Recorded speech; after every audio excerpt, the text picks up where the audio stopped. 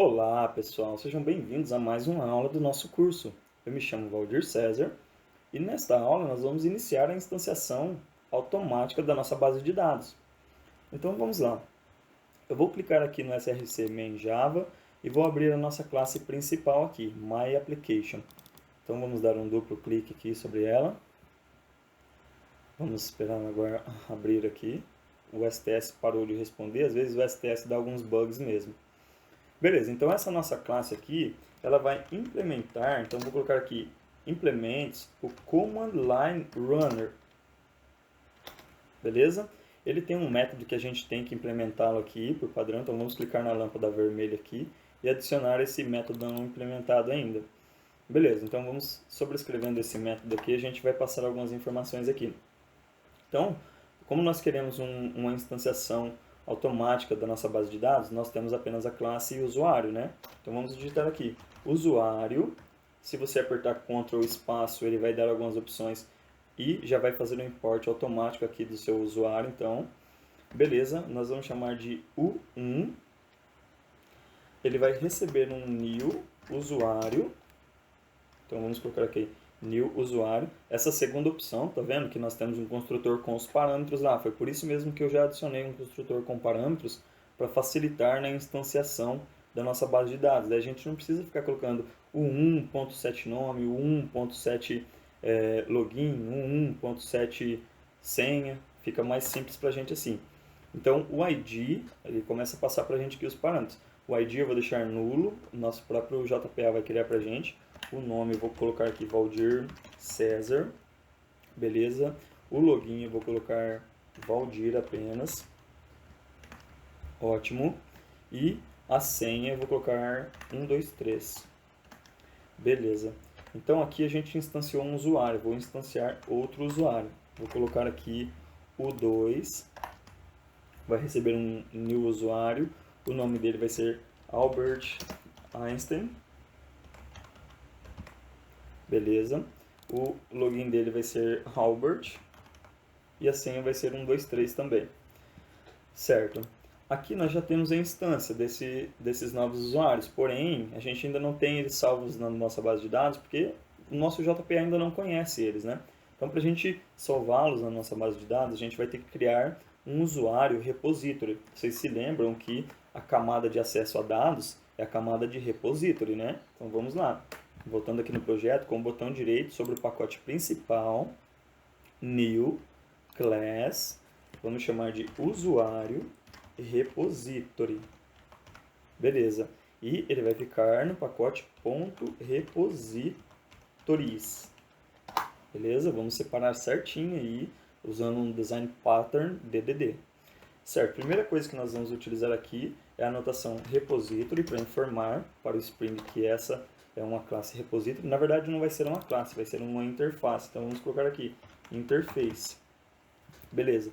E ela estende, agora que entra aqui o JPA, extends o JPA repository. Então o JPA repository ele já tem uma série de métodos pré-implementados ali para a gente que vai facilitar no nosso desenvolvimento. A gente não vai ficar precisando criar SQL ali na unha. Então facilita muito.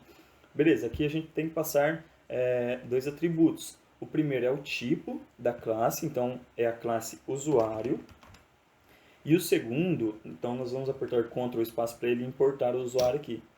Beleza? Selecionamos o usuário. Ou Ctrl Shift O, que ele já importa automaticamente. E o segundo aqui é o tipo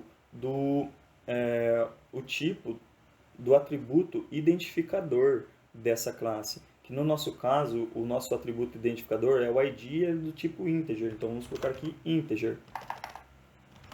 Beleza, então agora é só dar um Ctrl S e criamos aqui a nossa interface usuário repository. Ótimo, então aqui no My API Application, onde nós criamos duas instâncias do usuário, nós vamos fazer assim, aqui em cima nós vamos adicionar um AutoWired para ele criar uma instância desse nosso usuário repository e daí ele mesmo vai gerenciar ali a instância desse nosso usuário repository, tá bem? Então ele vai destruir também essa instância na hora correta. Então ele vai ser um private usuário repository que nós vamos chamar de usuário repository também, só que com a primeira letra minúscula aqui, utilizando o camel case, né? Boas práticas de engenharia de software. Beleza, então para a gente salvar agora na base de dados é bem simples. Nós vamos passar aqui o usuário repository.saveAll. Nós temos esse método aqui, saveAll, passando um arrays.asList. Aí a gente pode passar vários usuários de uma vez só aqui.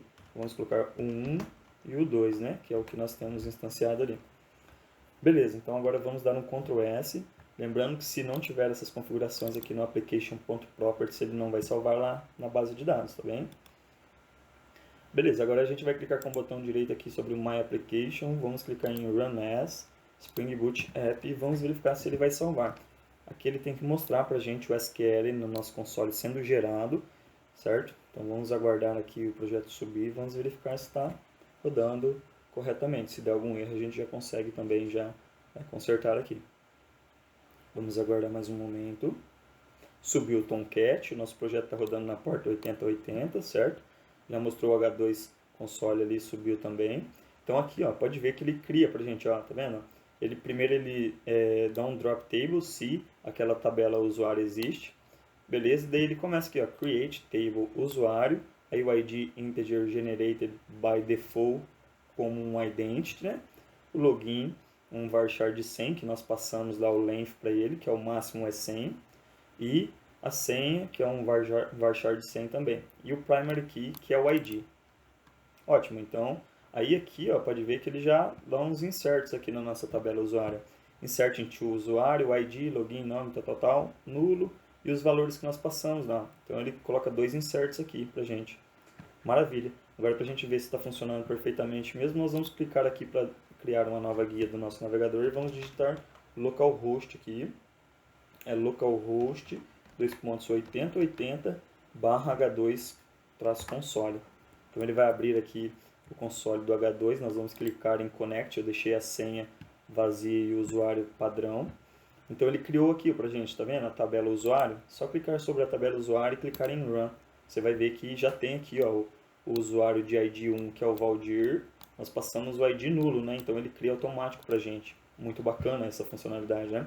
E a senha, que é 123. E o usuário aqui, o Albert Einstein, né? Com o login Albert. Beleza, pessoal. Então, maravilha. Está rodando perfeitamente o nosso projeto, instanciando a nossa base de dados de forma automática. Era isso que nós esperávamos para esta aula.